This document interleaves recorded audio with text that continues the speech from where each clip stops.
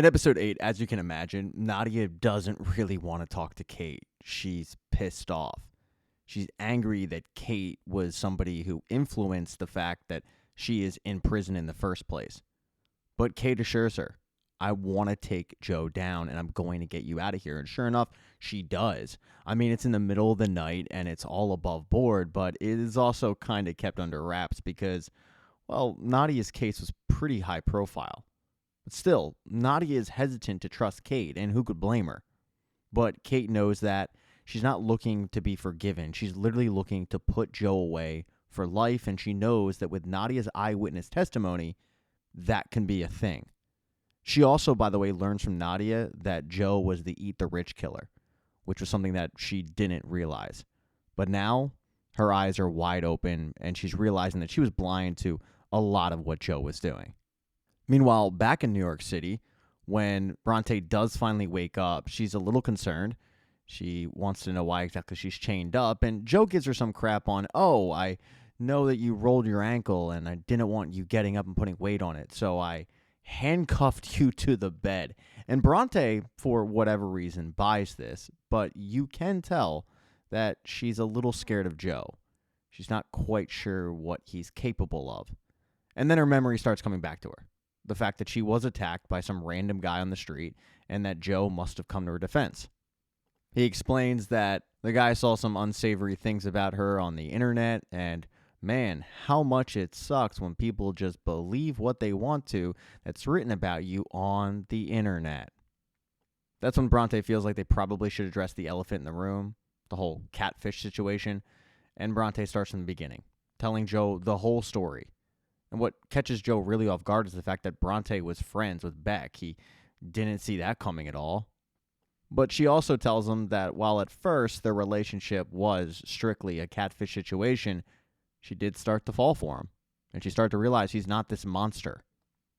This takes a lot of the tension out of the room, and the two sit down and they start combing social media, laughing over the things that people are saying about them. But Joe is still skeptical to believe Bronte, so he asks her, hey, tell me something true about you. And she tells him that she crashed a stranger's funeral just to see if she would cry. Because when her mom died, she didn't shed a tear. And she admits to Joe it's because she wanted her mom to die.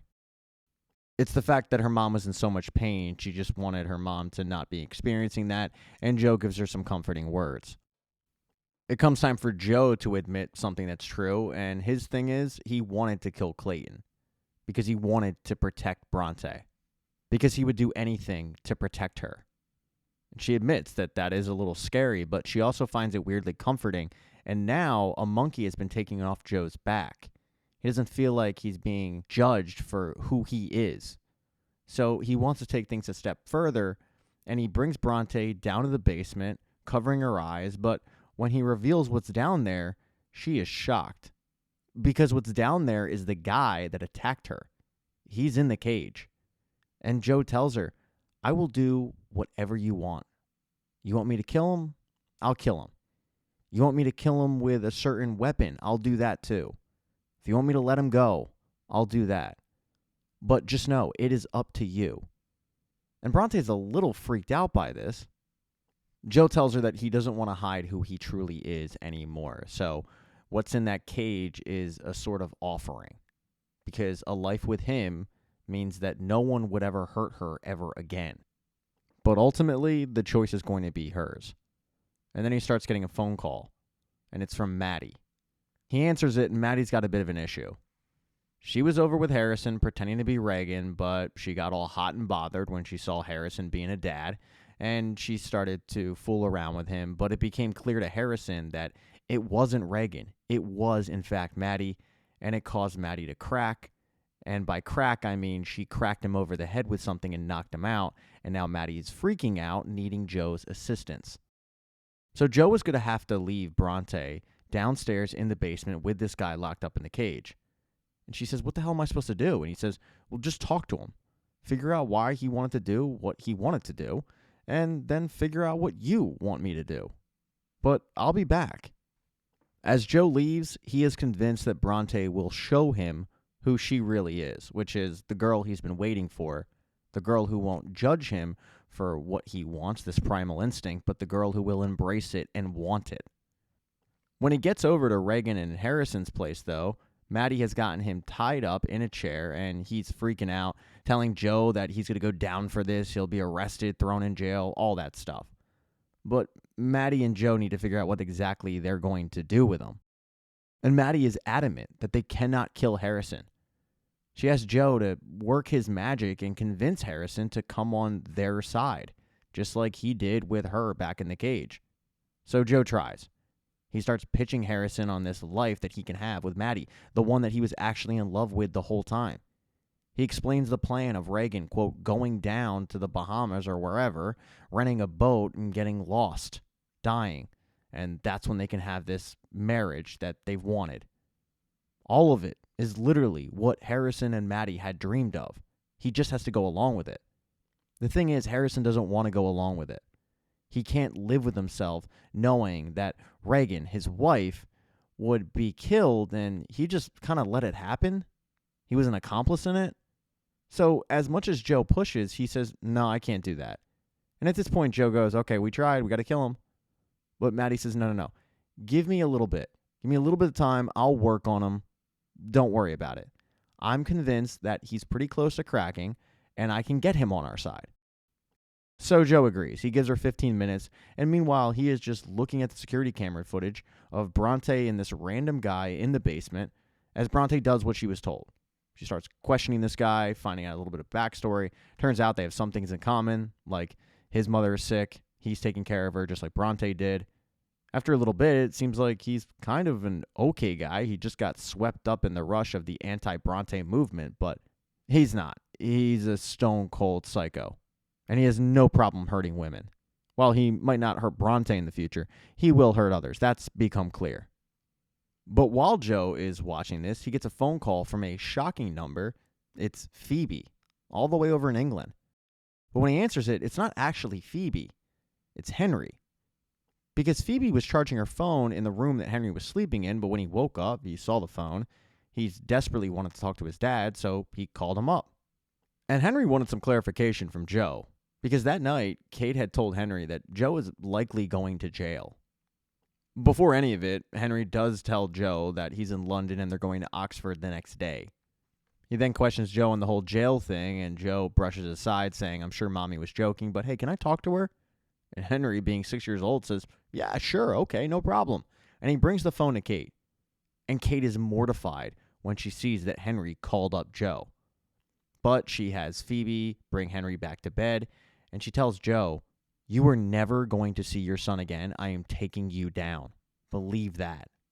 And now Joe is in a horrible mood because he's pissed off that Kate told his 6-year-old that he's going to jail, and the fact that she took him overseas without his consent, but that is technically legal thanks to the paperwork that he signed away unknowingly.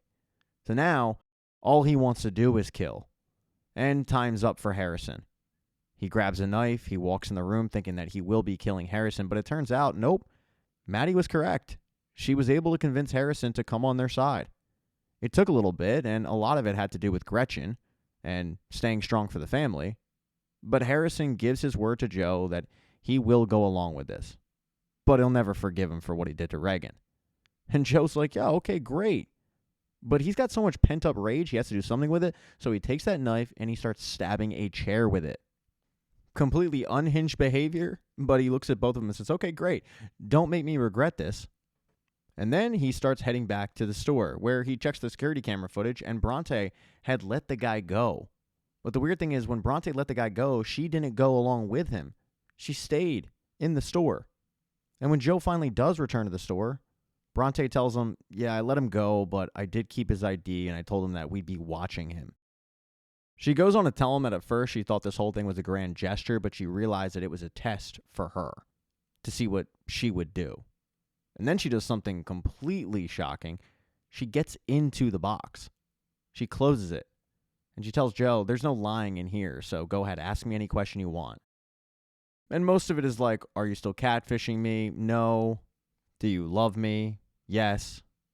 But the big thing she tells Joe while in the box is, I appreciate the fact that you're willing to kill for me, but that's enough for me. You don't actually have to do it. Just the fact that you're willing to do it means a lot. But now it's time for Joe to get in the cage. Because as Bronte reminds him, this thing's about trust. You locked me in a box. Now I'm going to lock you in a box and ask you questions. And Joe's nervous because he's willing to do it, but if Bronte wants to, she could walk away. He's not getting out.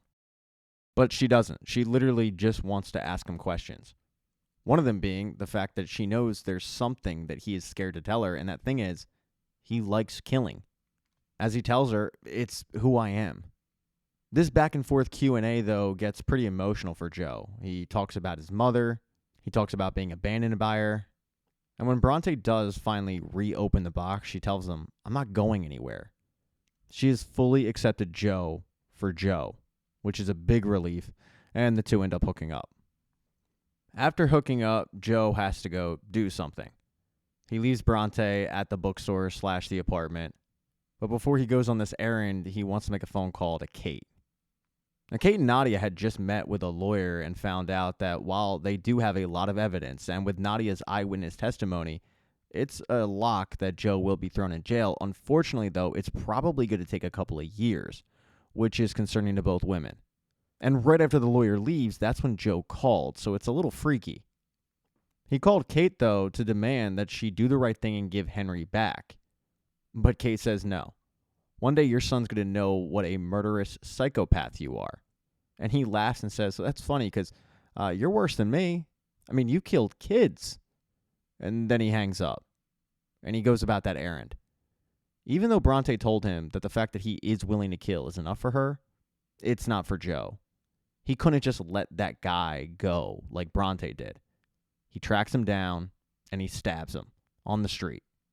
As for Kate, though, who is back in England, shook, she has a revelation. She looks at Nadia and says, I know how to get rid of this guy. Unfortunately, we're going to have to kill him. Thank you so much for checking out this recap. Please consider subscribing to the channel and subscribing to my Patreon. Hit thumbs up if you liked it. Smash that thumbs down button if you thought it sucked. If you left a comment, I don't get back to you. I usually don't check the comments unless they're like a super comment. Also, if you don't see the next video up on the end screen, not to worry, it'll be up in a day or two.